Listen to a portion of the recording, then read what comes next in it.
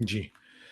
ਅਗਲੀ ਖਬਰ ਵੱਲ ਚੱਲੀਏ। ਜਿਹੜੇ ਯੂਐਸ ਦੇ ਵਿੱਚ ਟਰੈਵਲਰਸ ਆਉਣੇ ਸ਼ੁਰੂ ਹੋਏ ਹੈਗੇ ਆ, ਹੁਣ ਕੱਲ੍ਹ ਤੋਂ ਹੀ ਆਪਾਂ ਡਿਸਕਸ ਕਰਦੇ ਆ ਰਹੇ ਹਾਂ। ਨਵੀਆਂ ਜਿਹੜੀਆਂ ਆ ਕਾਫੀ ਸਟ੍ਰਿਕਟ ਰਿਕੁਆਇਰਮੈਂਟਸ ਜਿਹੜੀਆਂ ਲਾਗੂ ਹੋ ਗਈਆਂ ਆ। 24 ਘੰਟੇ ਤੋਂ ਪਹਿਲਾਂ ਪਹਿਲਾਂ ਤੁਹਾਨੂੰ ਨੈਗੇਟਿਵ ਟੈਸਟ ਹੋਣਾ ਚਾਹੀਦਾ ਕਰੋਨਾ ਦਾ। ਦਿੱਲੀ ਏਅਰਪੋਰਟ ਤੋਂ ਖਬਰਾਂ ਆ ਰਹੀਆਂ, ਉੱਥੇ ਬਹੁਤ ਜ਼ਿਆਦਾ ਰਸ਼ ਹੈਗਾ ਆ, 6-6 ਘੰਟੇ ਦੀਆਂ ਵੇਟਿੰਗ ਲਾਈਨਸ ਹੈਗੀਆਂ। ਸੋ ਜੇ ਕਿਸੇ ਸਰੋਤੇ ਦਾ ਕੋਈ ਰਿਸ਼ਤੇਦਾਰ ਆਇਆ ਵੀ ਹੋਵੇ, ਜ਼ਰੂਰ ਅਪਡੇਟ ਕਰਕੇ ਪੰਜਾਬੀ ਰੇਡੀਓ ਯੂਐਸਏ ਸਾਡੇ ਸਟੂਡੀਓ 408 272 5200 ਤੇ ਦੱਸ ਦਿਓ, ਕਿਉਂਕਿ ਬਹੁਤ ਸਾਰੇ ਸਰੋਤੇ ਸਾਡੇ ਕਾਲਸ ਕਰਕੇ ਪੁੱਛਦੇ ਰਹਿੰਦੇ ਆ ਵੀ ਕੀ ਸਿਚੁਏਸ਼ਨ ਆ। ਕਿਉਂਕਿ ਕਈਆਂ ਦੇ ਰਿਸ਼ਤੇਦਾਰ ਜਾਂ ਕਈਆਂ ਨੇ ਜਿਹੜੇ ਨਵੇਂ ਉਹਨਾਂ ਦੇ ਦੋਸਤ ਮਿੱਤਰ ਰਿਸ਼ਤੇਦਾਰਾਂ ਨੇ ਆਉਣਾ ਆ, ਸੋ ਫਿਕਰ ਦੇ ਵਿੱਚ ਹੈਗੇ ਆ ਵੀ ਕਿਸ ਤਰ੍ਹਾਂ ਉੱਥੋਂ ਕੀ ਸਿਚੁਏਸ਼ਨ ਹੈਗੀ, ਕਿਸ ਤਰ੍ਹਾਂ ਉਹ ਚੜ੍ਹ ਸਕਦੇ ਹੈਗੇ ਆ। ਪਹਿਲਾਂ ਇਹ ਰਿਕੁਆਇਰਮੈਂਟ 72 ਘੰਟਿਆਂ ਦੀ ਸੀ ਵੀ 72 ਘੰਟੇ ਦੇ ਵਿੱਚ ਤੁਹਾਡਾ ਟੈਸਟ ਨੈਗੇਟਿਵ ਹੋਣਾ ਚਾਹੀਦਾ। ਕੱਲ੍ਹ ਤੋਂ ਇਹ ਜਿਹੜੀ ਆ 24 ਘੰਟੇ ਦੀ ਹੋ ਗਈ। ਹੁਣ ਇਹ ਨਹੀਂ ਪਤਾ ਵੀ ਏਅਰਪੋਰਟ ਤੇ ਹੈਗਾ ਹੀ ਆ ਟੈਸਟਿੰਗ ਦੀ। ਕਈ ਕਹਿੰਦੇ ਉੱਥੇ ਹੈਗੀ ਆ ਵੀ ਟੈਸਟਿੰਗ, ਪਰ ਉਹਨਾਂ ਦੇ ਕੋਲ ਇੰਨਾ ਜ਼ਿਆਦਾ ਮੈਨ ਪਾਵਰ ਨਹੀਂ। ਵੇਟਿੰਗ ਬਹੁਤ ਜ਼ਿਆਦਾ ਹੈਗੀ ਆ ਤੇ ਰਸ਼ ਵੀ ਹੁਣ ਬਹੁਤ ਜ਼ਿਆਦਾ ਹੋਇਆ ਆ। ਕਈ ਪਿਕਚਰਸ ਜਿਹੜੀਆਂ ਆ ਦਿੱਲੀ ਏਅਰਪੋਰਟ ਤੋਂ ਇੱਦਾਂ ਦੀਆਂ ਆ ਰਹੀਆਂ ਵੀ ਉੱਥੇ ਤਾਂ ਜਿੱਦਾਂ ਬੰਦੇ ਦੇ ਵਿੱਚ ਬੰਦਾ ਵੱਜਦਾ ਫਿਰਦਾ ਹੈ ਤੇ ਸੋਸ਼ਲ ਡਿਸਟੈਂਸ ਨਾਮ ਦੀ ਉੱਥੇ ਜਿਹੜੀ ਆ ਕੋਈ ਚੀਜ਼ ਹੈ ਨਹੀਂ। ਸੋ ਇਹ ਜਿਹੜੀ ਨਵੀਂ ਸਿਚੁਏਸ਼ਨ ਆ, ਇਹ ਕਾਫੀ ਜਿਹੜੀ ਆ ਹੈਡੇਕ ਬਣੀ ਹੋਈ ਆ ਜਿਹੜੇ ਟਰੈਵਲਰਸ ਯੂਐਸਏ ਨੂੰ ਆ ਰਹੇ ਹੈਗੇ ਆ। ਜੀ ਬਿਲਕੁਲ ਇਹ ਸਥਿਤੀ ਵਾਕਿਆ ਹੀ ਜਿਹੜੀ ਇਸ ਤਰੀਕੇ ਦੀ ਆ। ਸੋ ਜੇ ਕੋਈ ਕਾਲ ਕਰਕੇ ਇਨਫੋਰਮੇਸ਼ਨ ਦੱਸਣੀ ਵੀ ਚਾਹੁੰਦਾ ਆ ਤੇ ਤੁਸੀਂ ਸਟੂਡੀਓ 'ਚ ਵੀ ਕਾਲ ਕਰਕੇ ਜਿਹੜਾ ਉਹ ਦੱਸ ਸਕਦੇ ਹੋ ਵੀ ਕਿੱਦਾਂ ਦੀ ਸਥਿਤੀ ਹੈ। ਜੇ ਕਿਸੇ ਦਾ ਕੋਈ ਰਿਸ਼ਤੇਦਾਰ ਉੱਥੇ ਜਾ ਕੇ ਉਸਨੇ ਕੋਈ ਅਪਡੇਟ ਜਿਹੜੀ ਆ ਉਹ ਦਿੱਤੀ ਹੋਵੇ ਤੇ ਜਾਂ ਜਿਹੜਾ ਕੋਈ ਪਹੁੰਚ ਗਿਆ ਆ। ਅਜੇ ਤਾਂ ਉੱਦਾਂ ਵੈਸੇ ਇੱਕ ਦਿਨ ਹੀ ਜਿਹੜਾ ਹੋਇਆ, ਪਰ ਕਈ ਆਪਾਂ ਨੂੰ ਪਤਾ ਹੈ ਵੀ ਆਪਣੇ ਜਿਹੜੇ ਸਰੋਤਿਆਂ ਦੇ ਜਿਹੜੇ ਨਜ਼ਦੀਕੀ ਹੁੰਦੇ ਆ ਉਹ ਆ ਰਹੇ ਸੀਗੇ। ਸੋ ਨੰਬਰ ਹੈ ਸਟੂਡੀਓ 'ਚ ਕਾਲ ਕਰਨ ਦੇ ਲਈ 408 272 5200 4082725200। ਇਹ ਕਾਲਾਂ ਲੈਣ ਦਾ ਮਕਸਦ ਇਹੀ ਆ ਵੀ ਜਿਹੜਾ ਕੋਈ ਆ ਜਾ ਰਿਹਾ ਆ ਉਸ ਨੂੰ ਸਹੂਲਤ ਹੋਵੇ, ਉਸ ਨੂੰ ਪਤਾ ਹੋਵੇ ਵੀ ਗਰਾਊਂਡ ਰਿਐਲਿਟੀ ਜਿਹੜੀ ਉਹ ਕੀ ਹੈਗੀ ਆ। ਜੀ। ਅਗਲੀ ਖਬਰ ਵੱਲ ਚੱਲੀਏ। ਰਾਜਕਨਵੀਰ ਸਿੰਘ ਜੀ, ਉਹ ਤੋਂ ਪਹਿਲਾਂ ਇੱਕ ਵਾਰੀ ਫੇਰ ਸਰੋਤੇ ਬਹੁਤ ਪੁੱਛ ਰਹੇ ਆ ਫੇਸਬੁੱਕ ਦੇ ਉੱਤੇ ਵੀ, YouTube ਦੇ ਉੱਤੇ ਪਈ 24 ਘੰਟੇ ਪਹਿਲਾਂ ਟੈਸਟ ਹੋਣਾ ਚਾਹੀਦਾ ਜਾਂ 72 ਘੰਟੇ। ਸੋ ਇਹ ਸਰੋਤਿਆਂ ਨੂੰ ਕਲੀਅਰ ਕਰਦੇ ਜਾਈਏ ਪਈ 24 ਘੰਟੇ ਦੇ ਵਿੱਚ ਉੱਥੇ ਟੈਸਟ ਹੋਣਾ ਚਾਹੀਦਾ ਹੈਗਾ ਆ। ਇਹ ਇਕੱਲਾ ਇੰਡੀਆ ਨਹੀਂ, ਕਿਤਿਓਂ ਵੀ ਤੁਸੀਂ ਜਿਹੜਾ ਬਾਈ ਏਅਰ ਯੂਐਸਏ ਦੇ ਵਿੱਚ ਆ ਰਹੇ ਹੋ ਤੇ ਜੇ ਤੁਸੀਂ ਕੈਨੇਡਾ ਤੋਂ ਯੂਐਸਏ ਆ ਰਹੇ ਹੋ ਫਿਰ ਉਹ ਬਾਈ ਲੈਂਡ ਫਿਰ ਰਿਕੁਆਇਰਮੈਂਟ ਉਹ ਹੈ ਨਹੀਂ ਹੈਗੀ। ਜੀ ਆਪਣੇ ਨਾਲ ਅਮਨ ਜੁੜੇ ਨੇ। ਸਤਿ ਸ਼੍ਰੀ ਅਕਾਲ ਜੀ। ਸਤਿ ਸ਼੍ਰੀ ਅਕਾਲ ਭਾਜੀ, ਮੈਂ ਬੇਕਰਸਫੀਲਡ ਤੋਂ ਬੋਲ ਰਿਹਾ ਜੀ। ਮੈਂ ਭਾਜੀ 5 ਤਰੀਕ ਨੂੰ ਹੀ ਇੰਡੀਆ ਤੋਂ ਆਇਆ ਹੈਗਾ।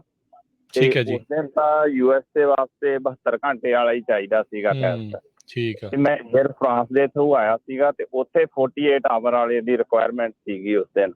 ਓਕੇ। ਤੇ ਪਰ ਮੈਂ 24 ਆਵਰ ਵਾਲਾ ਹੀ ਕਰਵਾ ਕੇ ਆਇਆ ਸੀਗਾ। ਓਕੇ। ਸੋ ਇਹਦਾ ਮਤਲਬ ਈਵਨ ਜੇ ਤੁਹਾਡੀ ਕਨੈਕਟਿੰਗ ਫਲਾਈਟ ਆ ਤੇ ਉਹ ਏਅਰਪੋਰਟ ਵਾਲੇ ਵੀ ਕਹਿੰਦੇ ਆ ਵੀ ਤੁਸੀਂ ਤੁਹਾਡੇ ਕੋਲ ਲੇਟੈਸਟ ਟੈਸਟ ਹੋਣਾ ਚਾਹੀਦਾ, ਈਵਨ ਚਾਹੇ ਅਮਰੀਕਾ ਵਾਲਿਆਂ ਨੇ ਉਦੋਂ 3 ਦਿਨਾਂ ਵਾਲਾ ਰੱਖਿਆ ਸੀਗਾ। ਉਹਨਾਂ ਦਾ ਭਾਜੀ 48 ਆਵਰ ਦੀ ਰਿਕੁਆਇਰਮੈਂਟ ਸੀ ਉਸ ਟਾਈਮ ਤੇ। ਸੋ ਇਦਾਂ ਹੀ ਚਲੋ, ਥੈਂਕ ਯੂ ਇਸ ਚੀਜ਼ ਦੇ ਬਾਰੇ ਜਿਹੜਾ ਉਹ ਦੱਸਣ ਦੇ ਲਈ। ਉਹ ਦੇਖਣਾ ਪਏਗਾ ਵੀ ਤੁਹਾਡੀ ਕਿਹੜੇ ਕੰਟਰੀ ਦੇ ਥਰੂ ਫਲਾਈਟ ਹੈਗੀ ਆ, ਡਾਇਰੈਕਟ ਆ ਜਾਂ ਕਿਸ ਤਰ੍ਹਾਂ ਹੈਗਾ। ਠੀਕ ਹੈ ਜੀ। ਥੈਂਕ ਯੂ ਅਮਨ ਜੀ, ਮਿਹਰਬਾਨੀ। ਸੋ ਬਹੁਤ ਸਾਰੇ ਕਈ ਸਰੋਤੇ ਪੁੱਛ ਰਹੇ ਆ ਵੀ ਜੇ ਇੰਡੀਆ ਨੂੰ ਜਾ ਰਹੇ ਆ, ਇੰਡੀਆ ਵਾਲਿਆਂ ਦੀ ਰਿਕੁਆਇਰਮੈਂਟ ਉਹ 72 ਘੰਟੇ ਦੀ ਆ। ਪਰ ਆ ਜਿਹੜੀ ਇਹਨਾਂ ਨੇ ਵਿਚਲੀ ਘੁੰਡੀ ਜਿਹੜੀ ਦੱਸੀ ਆ ਵੀ ਜੇ ਕੋਈ ਅਮਰੀਕਾ ਨੂੰ ਆ ਰਿਹਾ ਹੈ ਜਾਂ ਇੱਧਰੋਂ ਜਾ ਰਿਹਾ ਆ, ਹੁਣ ਕੱਲੇ ਏਅਰਪੋਰਟ ਦੀ ਕੱਲੇ ਮੁਲਕ ਦੀ ਆਪੋ ਆਪਣੀ ਜਿਹੜੀ ਰਿਕੁਆਇਰਮੈਂਟ ਹੈਗੀ ਆ। ਚਾਹੇ ਅਮਰੀਕਾ ਨੇ 72 ਘੰਟੇ ਰੱਖੇ ਆ, ਜੇ ਵਿਚਾਲੇ ਮੁਲਕ ਤੁਹਾਨੂੰ ਇਦਾਂ ਦਾ ਕੋਈ ਟੱਕਰ। ਰਾਜਕਨਵੀਰ ਸਿੰਘ ਜੀ 72 ਨਹੀਂ 24 ਆ ਅਮਰੀਕਾ ਦੇ, ਕਿਉਂਕਿ 7 ਤੋਂ 6 ਤੋਂ ਲਾਗੂ ਹੋਏ ਆ। ਮੈਂ ਜਿੱਦਾਂ ਗੱਲ ਕਰ ਰਿਹਾ ਵੀ ਜਦੋਂ 5 ਨੂੰ ਆਏ ਸੀ, ਚਾਹੇ ਉਦੋਂ ਅਮਰੀਕਾ ਨੇ 72 ਘੰਟੇ ਦੀ ਰੱਖੀ ਸੀ ਤੇ ਵਿਚਾਲੇ ਜਿਹੜਾ ਉਹਨਾਂ ਨੂੰ ਫਰਾਂਸ ਜਿਹੜਾ ਅਜਿਹਾ ਟੱਕਰਿਆ ਉਹ 48 ਘੰਟੇ ਦਾ ਸੀਗਾ। ਸੋ ਉਹ ਨਹੀਂ ਤਾਂ ਫਿਰ ਉੱਥੇ ਵਿਚਾਰਿਆਂ ਨੂੰ ਭਾਵੇਂ ਚੜ੍ਹਨ ਨਾ ਦਿੰਦੇ। ਸੋ ਕੋਈ ਹੋਰ ਪ੍ਰੋਬਲਮ ਜਿਹੜੀ ਉਹ ਆ ਸਕਦੀ ਸੀ। ਸੋ ਹੁਣ ਤਾਂ ਇਦਾਂ ਹੀ ਆ ਵੀ ਲੱਗਦਾ ਵੀ 24 ਘੰਟੇ ਵਾਲਾ ਹੀ ਕਰਾ ਕੇ ਜਿਹੜਾ ਉਹ ਤੁਸੀਂ ਜਾਓ, ਅਨਲੈਸ ਤੁਹਾਡੀ ਡਾਇਰੈਕਟ ਫਲਾਈਟ ਹੈਗੀ। ਇੰਡੀਆ ਨੂੰ ਜਾਣ ਦੇ ਲਈ ਅਜੇ ਵੀ 72 ਘੰਟੇ ਦੀ ਆ, ਉਧਰੋਂ ਅਮਰੀਕਾ ਨੂੰ ਆਉਣ ਦੇ ਲਈ ਹੁਣ 24 ਘੰਟੇ ਦੀ ਆ। ਬੂਟਾ ਸਿੰਘ ਬਹੁਤ ਸਾਰੇ ਲੋਕ ਕਨਫਿਊਜ਼ ਹੈਗੇ ਆ। ਨਿਊਯਾਰਕ ਟਾਈਮਜ਼ ਨੇ ਅੱਜ ਜਿਹੜੀ ਆ ਜੀ ਗੱਲ ਇਹ ਆ ਵੀ ਦਿੱਲੀ ਤਾਂ ਬਹੁਤ ਬੁਰਾ ਹਾਲ ਆ। ਉੱਥੇ ਨਾ ਕਈਆਂ ਭੋਲੇ ਭਾਲੇ ਲੋਕਾਂ ਤੋਂ ਟੈਕਸ ਦਾ 500 ਆ ਤੇ 500 ਦੀ ਬਜਾਏ 8-8000 ਵੀ ਲਈ ਜਾਂਦੇ ਆ ਜਿਹੜੇ ਭੋਲੇ ਭਾਲੇ ਲੋਕ ਆ। ਉਹਨਾਂ ਨੂੰ ਇਹ ਵੀ ਠੱਗੀ ਜਾਂਦੇ ਤੇ ਕਿਤੇ ਖਾਣੇ ਪਾਣੇ ਦਾ ਵੀ ਕੋਈ ਨਹੀਂ ਤੇ ਕੋਈ ਗਾਈਡੈਂਸ ਨਹੀਂ ਕਰਦਾ। ਆਪੋ ਧਾਪੀ ਪਈ ਉੱਥੇ ਤੇ 72 ਘੰਟੇ ਵਾਲਾ ਉੱਥੇ ਚੱਲਦਾ। ਆਇਆ ਥੋੜੇ ਦਿਨ ਹੋ ਗਏ ਸਾਡੇ ਕੈਨੇਡਾ ਇੱਕ ਰਿਸ਼ਤੇਦਾਰ, ਅਸੀਂ ਉਹਨੂੰ ਮਿਲ ਕੇ ਆਏ ਆ ਜੀ। ਠੀਕ ਹੈ ਜੀ, ਥੈਂਕ ਯੂ ਜੀ। ਪਰ ਹੁਣ ਚੇਂਜ ਹੋ ਗਿਆ ਅਮਰੀਕਾ ਦੇ ਵਿੱਚ। ਬਿਲਕੁਲ ਬੂਟਾ ਸਿੰਘ ਜੀ, ਆਪਾਂ ਤਾਂ ਭੋਲੇ ਹੀ ਆ ਇੰਡੀਆ ਵਾਲੇ ਤਾਂ ਸਾਰੇ ਜਿਹੜੇ ਇੱਥੇ ਆਉਂਦੇ। ਪਰ ਕਲੀਅਰ ਕਰ ਦਈਏ, ਕੱਲ ਤੋਂ 24 ਘੰਟੇ ਦਾ ਹੋਇਆ। ਜਿਹੜੇ 5 ਤਰੀਕ ਤੱਕ ਆ ਗਏ ਉਹ 72 ਘੰਟੇ ਸੀ।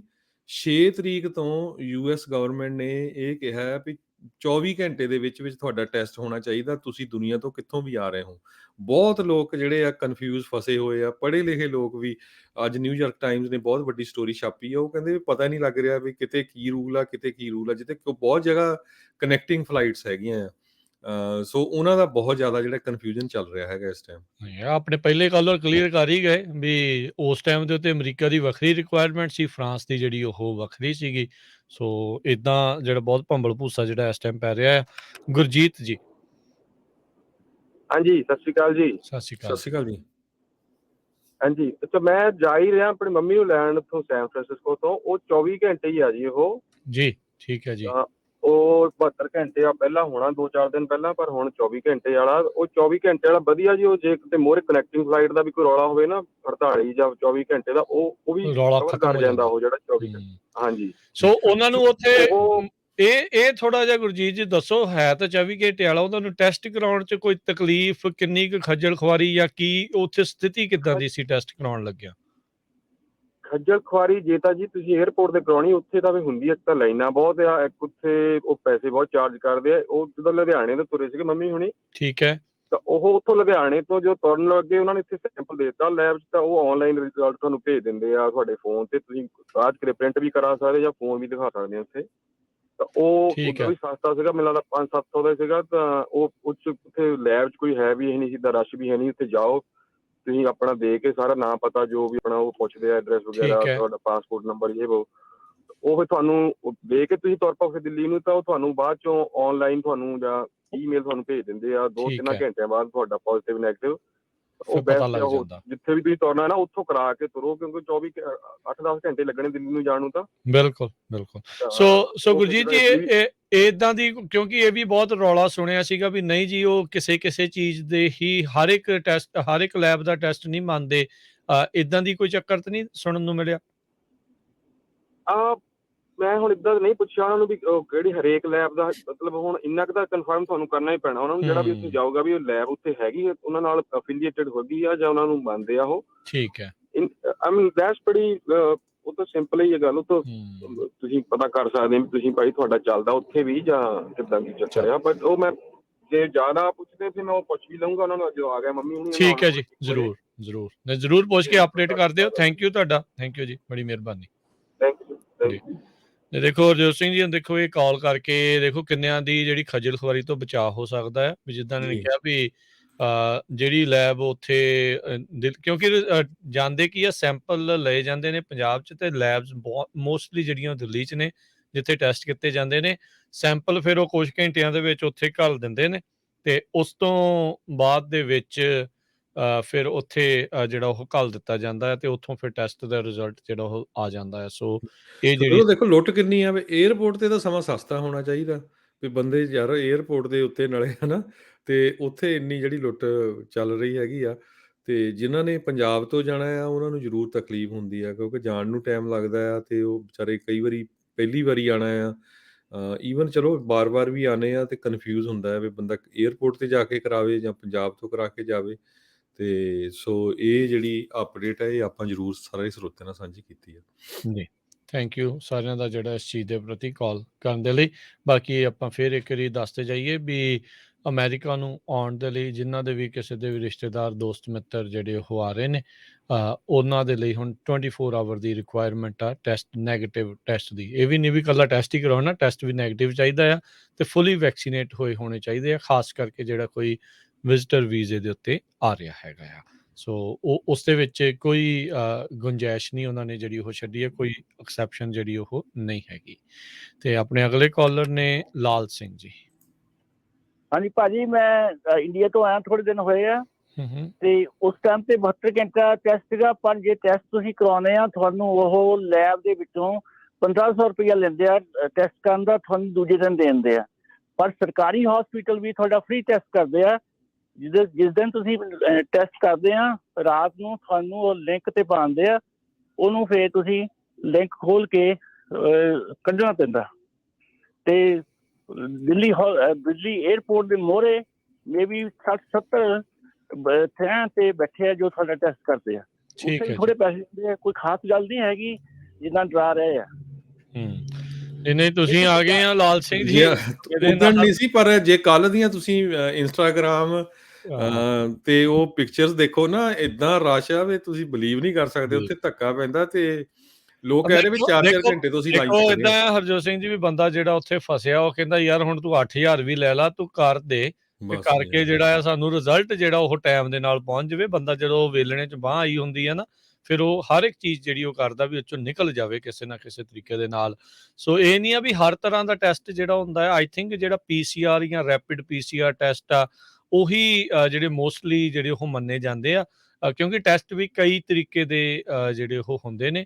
ਇਹ ਵੀ ਮੇਕ ਸ਼ੋਰ ਕਰ ਲਿਓ ਵੀ ਜਿਹੜਾ ਟੈਸਟ ਤੁਸੀਂ ਕਰਾਉਣਾ ਆ ਉਹੀ ਵਾਲਾ ਟੈਸਟ ਹੋਵੇ ਵੀ ਜਿਹੜਾ ਟਰੈਵਲਿੰਗ ਦੇ ਲਈ ਐਲੀਜੀਬਲ ਜਿਹੜਾ ਉਹ ਹੁੰਦਾ ਆ। RT-PCR ਆਈ ਥਿੰਕ ਜਿਹੜਾ ਉਸ ਨੂੰ ਟੈਸਟ ਨੂੰ ਆਖਿਆ ਜਾਂਦਾ। ਸੋ ਇਹ ਵੀ ਕਲੀਅਰ ਕਰ ਦਈਏ ਵੀ ਇਹ ਮੈਂਡੇਟਰੀ ਆ ਐਨੀਵਨ ਜਿਹੜਾ 2 ਸਾਲ ਤੋਂ ਓਲਡਰ ਆ। ਸੋ ਜੇ ਤੁਹਾਡਾ 3 ਸਾਲ ਦਾ ਬੱਚਾ ਹੈ ਨਾ, ਉਹਦੇ ਲਈ ਵੀ ਇਹ ਰਿਕੁਆਇਰਡ ਆ, ਚਾਹੇ ਤੁਸੀਂ ਅਮਰੀਕਨ ਸਿਟੀਜ਼ਨ ਆ, ਚਾਹੇ ਤੁਸੀਂ ਲੀਗਲ ਪਰਮਾਨੈਂਟ ਰੈਜ਼ੀਡੈਂਟ ਆ, ਜਾਂ ਤੁਸੀਂ ਜਿਹੜਾ ਵਿਜ਼ਟਰ ਆ ਰਹੇ ਆ, ਤੇ ਈਵਨ ਦੋ ਤੁਸੀਂ ਵੈਕਸੀਨ ਲਵਾਏ ਹੋਏ ਆ।